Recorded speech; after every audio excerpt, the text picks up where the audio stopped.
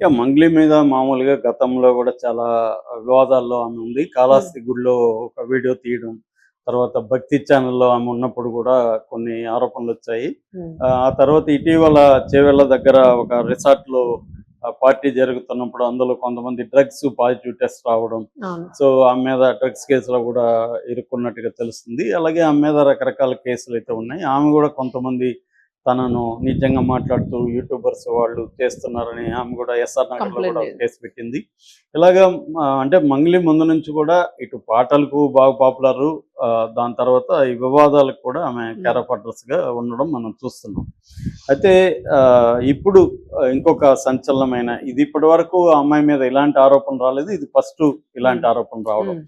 అంటే ఆమె మీద వేరే వేరే ఆరోపణలొచ్చాయి. డ్రగ్స్ గావచ్చు, కాళహస్తిలో అదంతా గూడా ఏందంటే ఆహ్, కావాలని ప్లాన్డ్‌గా చేసినట్టుగా ఏమి లేదు. హ్మ్. అమ్మాయికి తెలుసో తెలియకో కొన్ని తప్పులు జరిగినాయి అన్నట్టుగా ఉంది.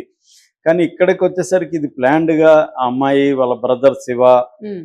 వీళ్ళు కొంతమంది కలిసి ఆహ్, కొం ఒక 100 మంది వరకు వాళ్ళ దగ్గర మైక్రో ఫైనాన్స్ పేరుతో హ్మ్. దాదాపు 10-10,00,00,000 అంటున్నారు, 100,00,00,000 అంటున్నారు. హ్మ్. కరెక్ట్ ఫిగర్ ఒక్కొక్కరు అయితే ఒక్కొక్క తెలీదు. ఫిగర్ చెప్తూ సరే ఉన్నారు. ఏదైనా 10,00,00,000 పైన 100,00,00,000 లోపల వసూలు చేశారని, మీకు ప్రాఫిట్స్ ఇస్తామని వసూలు చేశారని, ఈ 100 మందిలో చాలామంది అడుగుతూ ఉంటే కూడా వాళ్ళు ఇవ్వట్లేదు.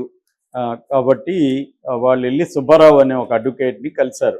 హ్మ్. ఇట్లా మాకు మా శివ, ఈమె తర్వాత వేణు ఉడుగుల డైరెక్టర్ పేరు కూడా వినిపిస్తుంది. హ్మ్. సో, వీళ్ళు ఇప్పుడు సుబ్బారావు వాళ్ళకి ఫోన్లు చేసి అడిగాడు. ఇలాగా మైక్రో ఫైనాన్స్ పేరుతో పెట్టుబడులు పేరుతో మీరు వాళ్ళ దగ్గర డబ్బులు తీసుకున్నారంట కదా!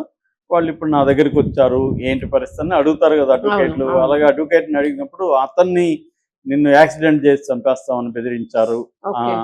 అని సుబ్బారావు ఇప్పుడు బాధితులను తీసుకెళ్ళి పంజాగుట్ట పోలీస్ స్టేషన్‌లో కంప్లెయింట్ చేశారు. కంప్లెయింట్ ఇచ్చాడు. వాళ్ళు ఎఫ్ఐఆర్ కంప్లెయింట్ ఫైల్ తీసుకొని అయింది. ఎఫ్ఐఆర్ ఫైల్ అయింది.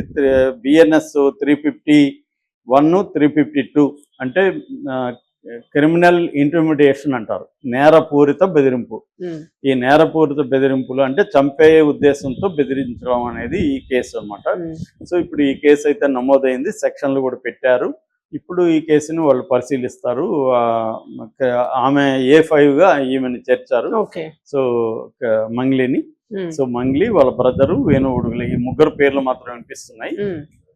సో, సుబ్బారావు గూడా క్లియర్‌గా జెప్పేదేందంటే, నేను బాధితులొచ్చి నన్ను కలిసినప్పుడు, నేను మామూలుగా ఎవరైనా ఆరోపణలు చేసినప్పుడు ఎదుటోళ్ళు నిజమా? కాదా? వాళ్ళ వెర్షన్ ఏంటి?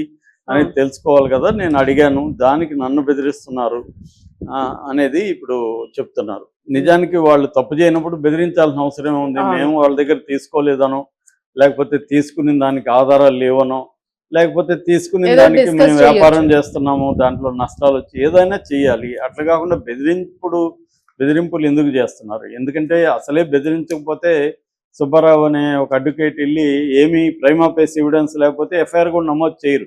హ్మ్. పోలీసులు కూడా మామూలుగా ఏం చేస్తారు? ప్రైమా ఫేసి ఇప్పుడు నేను పోయి నన్ను పలానా ఆయన బెదిరించాడంటే ఆయన మీద కేసు పెట్టేస్తారా? పెట్టరు కదా!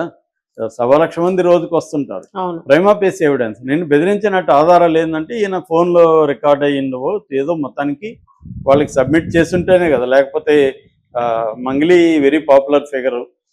ఇక్కడ ఆ! ఆమె సింగరు.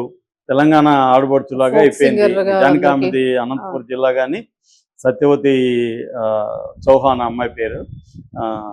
కానీ ఆ అమ్మాయి ఇక్కడ మంగ్లీ అంటే చాలామంది ఇప్పటికి గూడా తెలంగాణ అమ్మాయి అని హ్మ్. అనుకుంటారు. హ్మ్. ఎందుకంటే ఆ అమ్మాయి భాష గాని, అమ్మాయి తీన్మార్‌లో నుంచే తెలంగాణ భాష మాట్లాడడం గాని, తర్వాత భక్తి పాటలు, బతుకమ్మ, బోనాలు ఇలాంటి పాటలంతా పాడి దాని తర్వాత సినిమా పాటలు ఇలాగ పాపులర్ అయింది.